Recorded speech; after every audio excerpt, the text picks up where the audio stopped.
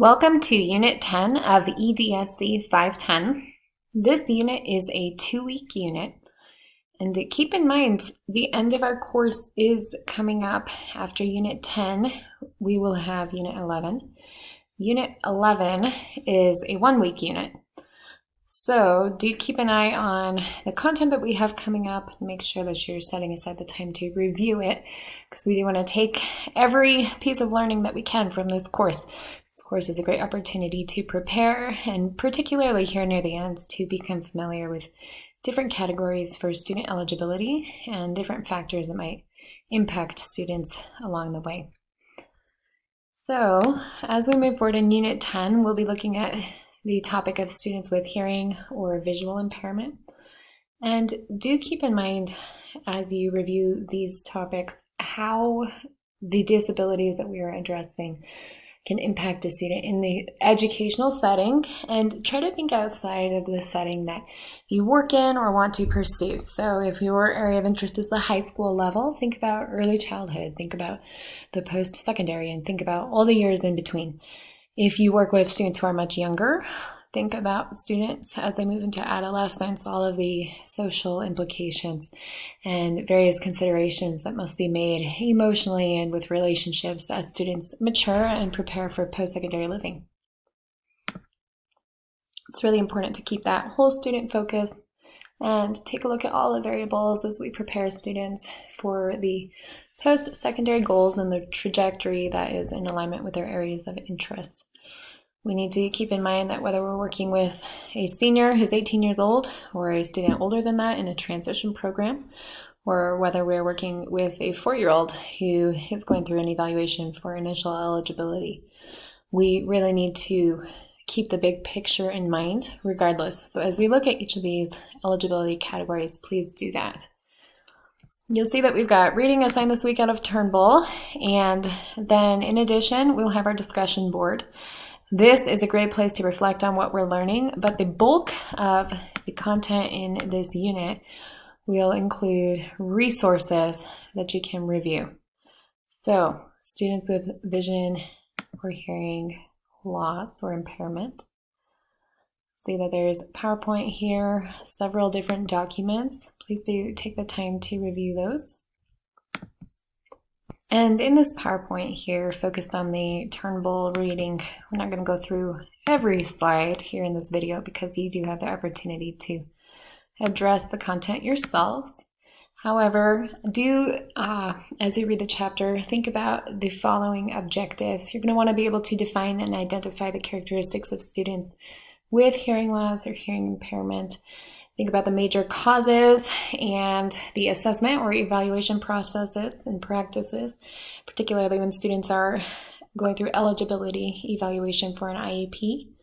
Major issues that might impact students who are deaf or hard of hearing. And then instructional practices. Think about accommodations, what might be most effective. So IDEA definition included here. Students with hearing impairments so severe or significant that the student is impaired in processing linguistic information through hearing. And that's when we're thinking about the verbal prompts that might be given from teachers. This directly affects academic access, videos for instruction, etc. But in addition to that, conversation with peers, and that would affect group project work, presentations, but it also would affect social interaction. So that's a really important thing to keep in mind as we look at this. However, for IDEA, we're looking directly at the student's educational performance, and obviously social emotional components are a part of accessing educational setting, particularly as I mentioned with group work, presentations, etc.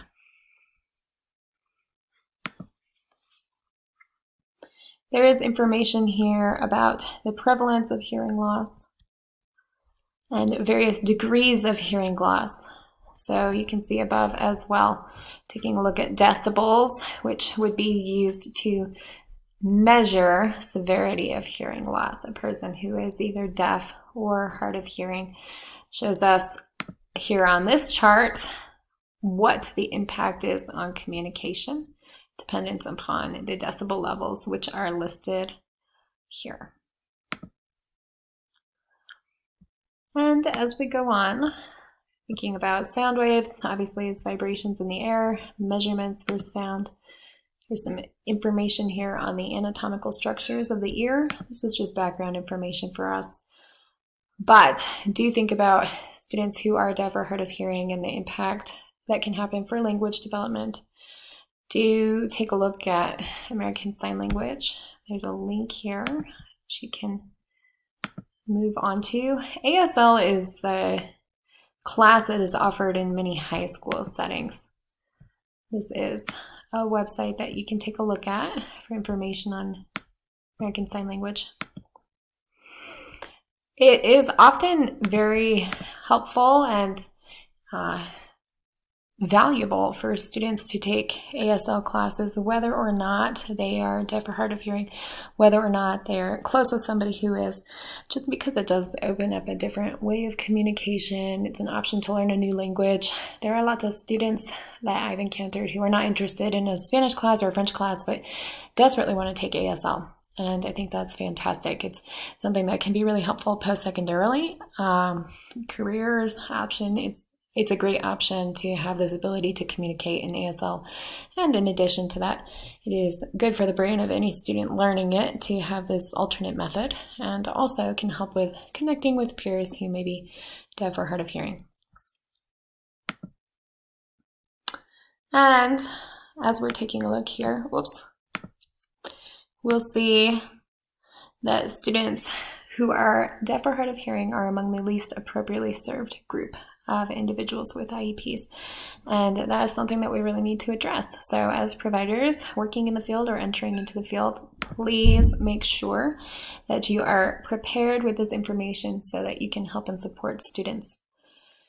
And as mentioned above, social-emotional development communication is a major part of this. Social cues, issues of isolation or loneliness, and obviously not only parent or teacher to child interactions, but also the peer interactions and those important friendships, formation and maintenance of friendships, social development, groups, activities, physical education classes, etc. Lots of verbal communication used throughout the school day. And it's important to take a look at alternate modes or methods or devices or whatever is the support that the student has in place to communicate effectively, regardless of the disability. So, determining causes of hearing impairment. There is a list here, different things that can contribute to this, and sometimes the hearing loss will be congenital, which would be something that a child is born with, and sometimes the hearing loss will be acquired.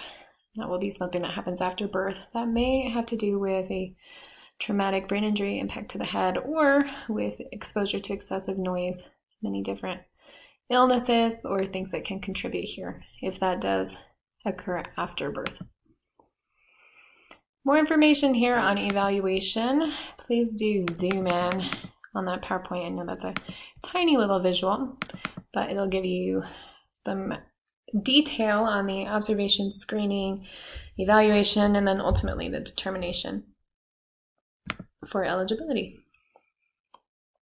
And there are multiple options, as mentioned before, that students may access for support. There can be assistive technology or listening devices, hearing aids, or cochlear implants, and some who do not utilize any of those and instead are communicating with ASL or communicating with verbal language. It's all dependent upon the preferences, needs, situation of each student and his or her family, and ultimately that's something that is very important that we all respect and support, and that we work with the decision that the student and his or her family has made for use of devices or not, ASL or not, etc.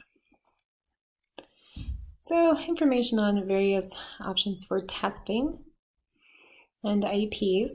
And right here as well, you'll see that the assistive technology is mentioned.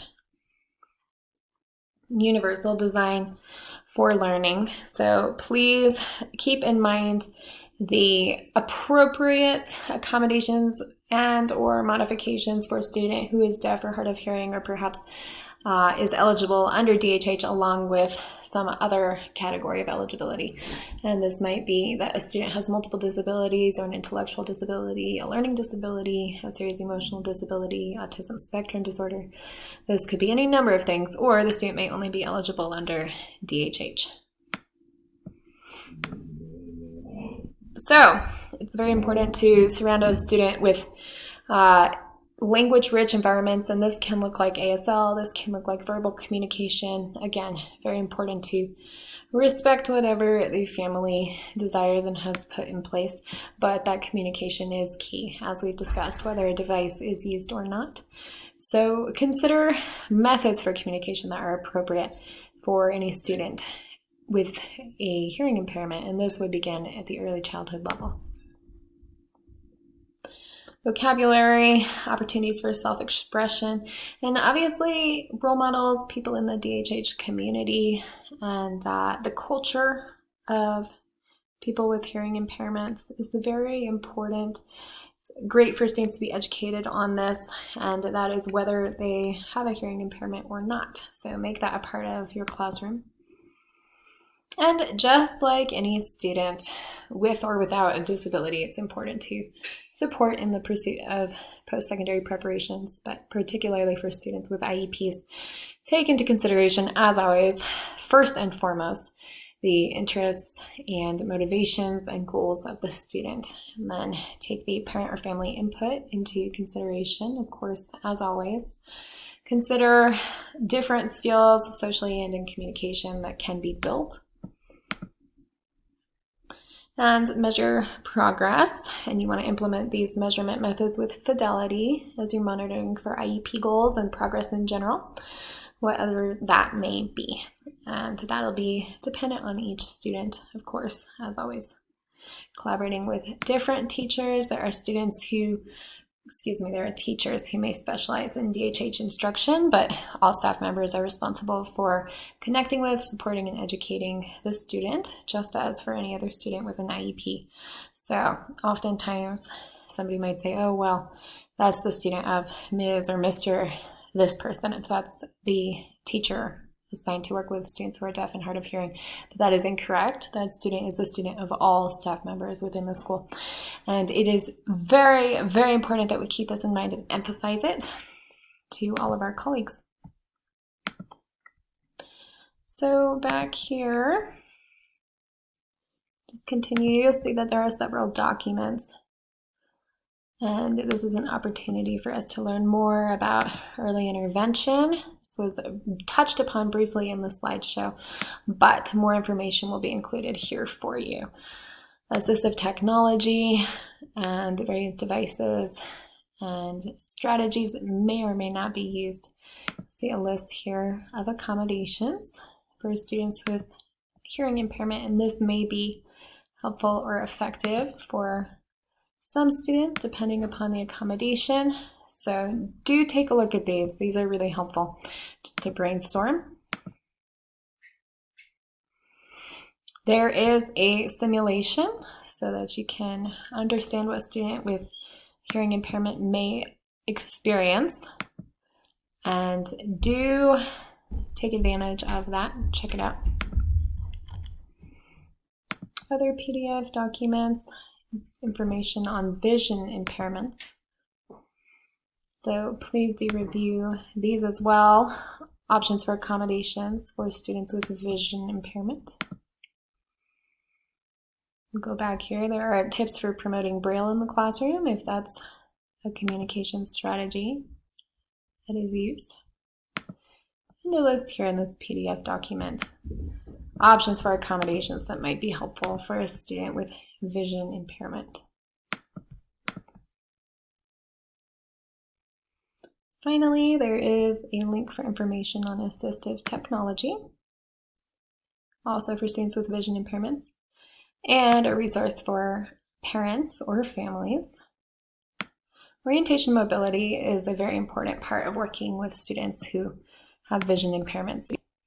Do take the time to review the information on orientation and mobility it's important to be aware of that area of education and training for students who do have vision impairments. You'll see there's a website field trip here and some video resources, and then you will see our discussion.